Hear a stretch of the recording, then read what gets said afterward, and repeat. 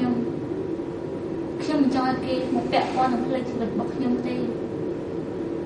គេម្នាក់នោះធ្វើឲ្យខ្ញុំឆ្អែតមែនតើហើយខ្ញុំអ្វីដែលខ្ញុំអាចធ្វើបានខ្ញុំនឹងធ្វើណា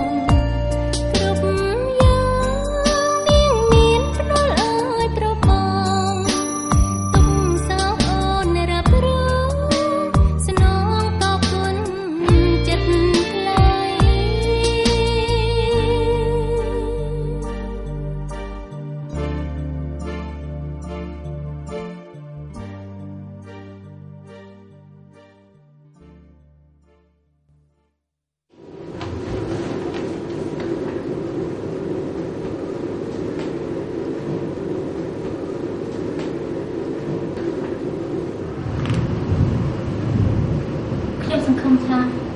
ដាវក៏ជាយល់ចិត្តរបស់ខ្ញុំមិនចង់ឲ្យគេមកពាក់ព័ន្ធនឹងផ្លូវជីវិតរបស់ខ្ញុំទេ